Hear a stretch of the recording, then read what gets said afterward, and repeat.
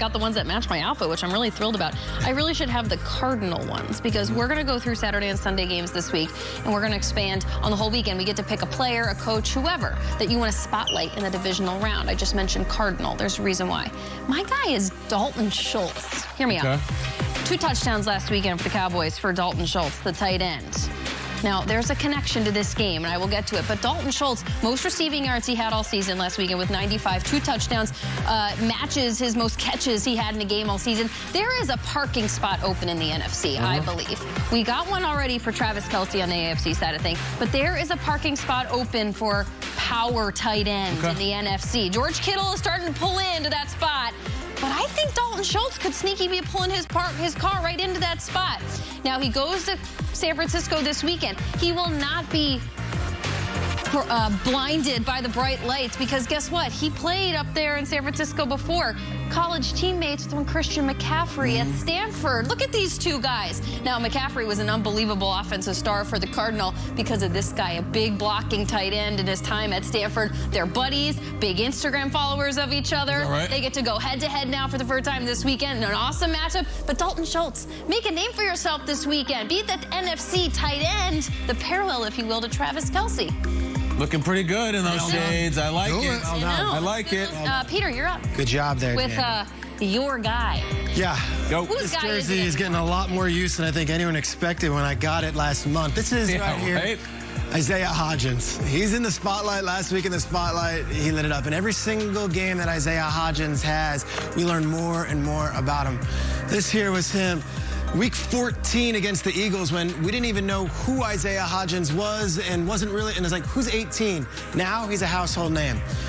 And I'd like to say he's also a name that I'm getting to know quite a bit through his father. Let me explain. Go on Twitter earlier this week, and on Twitter I say, hey, trivia question. Josh McCown threw his first ever career touchdown pass to James Hodgins, the father of Giants breakout wide receiver Isaiah Hodgins, to which I get a tweet back from Josh McCown. Candlestick Park, Jack Wright fire pass route 072 F flat. Haji was the F. I like it. To which James Hodgins responds. He also missed me on split left F525 F post swing though too. He could have thrown another TD to a Hodgins. Hey, do we have the play?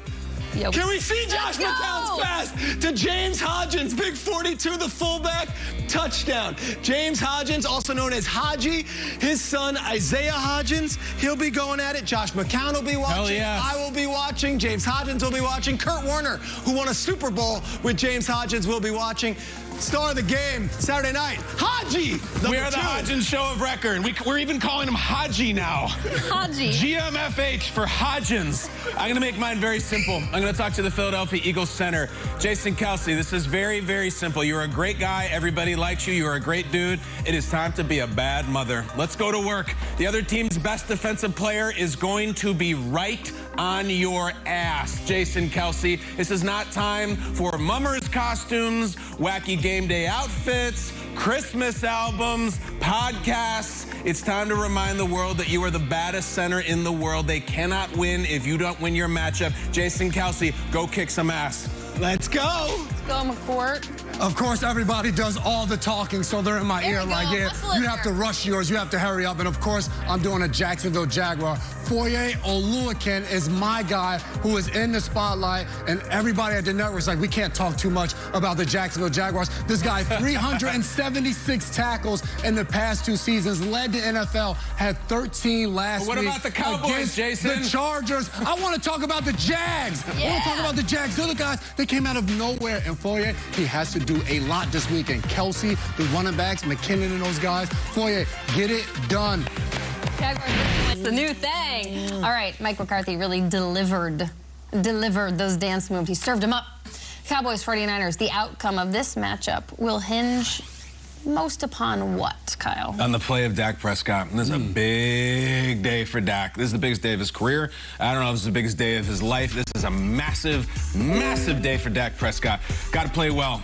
Fact is, he played a really clean game last week.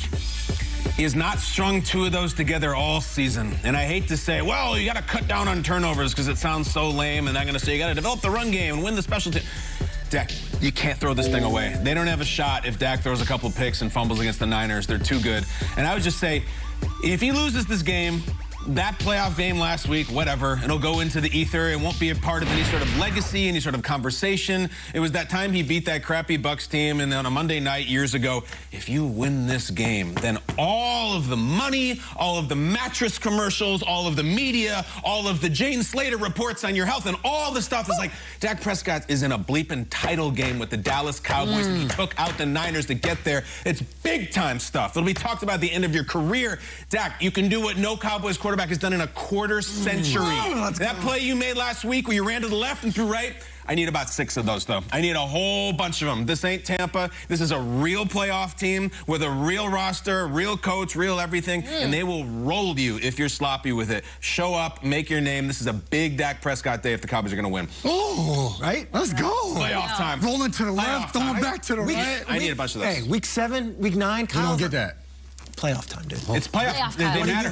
Divisional round. It matter. I like it. I'm going with the quarterbacks as well, but I'm going from the defensive angle. Micah Parsons and Nick Bosa. Those guys will have the biggest impact. Which one of them are going to show up the most? Which one is going to make the most plays and affect that quarterback position? For Micah Parsons, he lined up all over the field against the Tampa Bay Buccaneers. Trent Williams is on the other side for the San Francisco 49ers. How often will Dan Quinn put him to Trent Williams? How often will he put him in that linebacker spot? And will he align him on the other side of their offense to try to allow him to get the best matchup?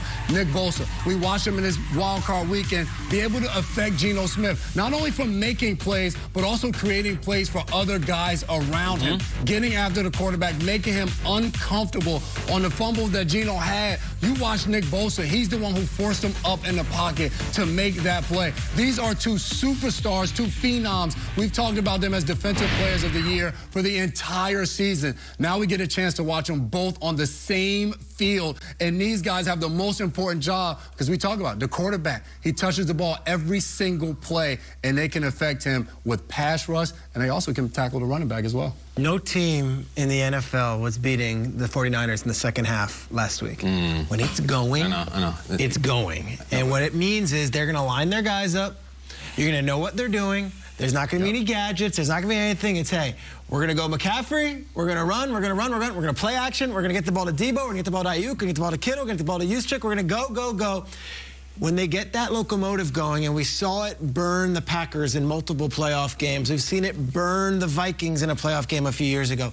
When that run game is working for Kyle Shanahan and he's in his bag, there's no one that can stop it.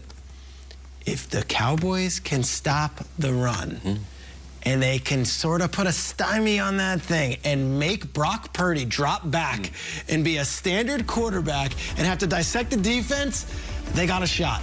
This is all going to come down to stopping the run and making Purdy beat you with his arm. He hasn't had to do that in a pure way yet this season because every time you think you've got the Purdy bottled up, the running game attacks you. I look at Elijah Mitchell. I look at Christian McCaffrey. I think of Raheem Mostert in that NFC Championship game against the Packers a few years back, where he went for about 240 yards and had 4 touchdowns, and Jimmy Garoppolo threw the ball 8 times. This game will be a game in the fourth quarter if the Cowboys can stop that run. I know this sounds very in the weeds, and it's not the usual Peter Schrager big storyline thing. This is it. This is the key to the game. If Brock Purdy's throwing the ball 40 times, it means we've got a close one at the end. If Brock Purdy's throwing this ball 15 times, it means the Niners have won by 25 points, and this isn't even a contest. Cowboys, commit to stopping the run. Dan Quinn, you know Kyle Shanahan inside and out. DQ. That's what makes this a game. Don't let McCaffrey go nuts, and don't let Kyle Shanahan get in his bag. I know what the prompter says, and what Peter just said. What's the Peter Schrager headline thing that you have to go with?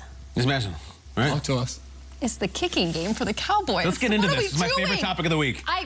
Sean O'Hara was here this week, and he was like, man, I'm on Kyle's Surface, and I got all the tabs lifted here. I'm like, wow, what kind? My tabs on my Surface literally read across as GMFB Notes, Brett Maher, and Tristan Vizcaína. That's the guy. That's it. That's all I care about. I want to know what is happening with those two gentlemen at all times this week.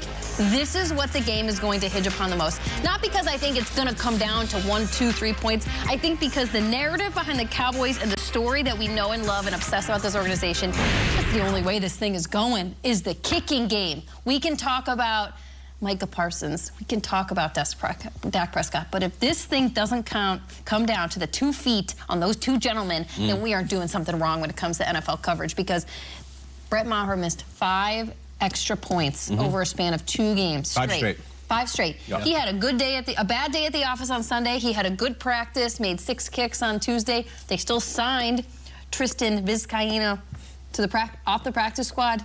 He's around. They might have 2 kickers. What is happening? And Jerry Jones' camera, it's everything. That is what this game is. Can we just set the stage? What if it's 23-20? Yeah.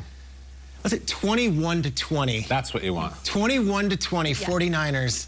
Dak Prescott gets him to the 30-yard line, and out comes Brett Maher at 8 o'clock Eastern with Burkhardt and Olsen and Aaron Andrews on the call, and here comes Maher trotting out for a berth in the NFC Championship game. Will that not be the most televised moment in football history? That moment right there as Maher's trotting out. Maher, I can't say his name. Listen, what if it's 21-14 and Dak throws a touchdown pass to Dalton Schultz to make it 21-20, and it's the extra point? Come on. I don't want to see that happen to somebody, but it happened 5 times in a row to that guy. I cannot believe he's going to take. Are they having a competition this weekend? I was going to ask. Do you bring them in and have the team there and everybody around? They said he was great in practice. I saw mic'd up too, CD Lamb. During the game, came over to him, kept going, we got you, we got you. You've had us a million times. How many times did he do that? 4 times? I think after the 3rd time he stopped. It was a lot. It was a lot. You missed the 4th. I hope we're wrong about this. I don't root against kickers, but oh my God. I know. All right, rap sheet. Let's talk about it. Ian Rappaport joining us now. Both defensive coordinators in this Sunday night matchup are having themselves a busy Friday. Please do tell. Before they get to the game, both of these guys have head coach interviews, and I would say in certain situations, certain circumstances, both these guys could end up as a head coach this cycle. First of all, D'Amico Ryans, the former 2nd rounder from the Houston Texans, had such a decorated NFL career, then became a coach and had a decorated coaching career, defensive coordinator for one of the best units in the NFL. D'Amico Ryans, he's interviewing with his former Houston Texans today. I would consider him to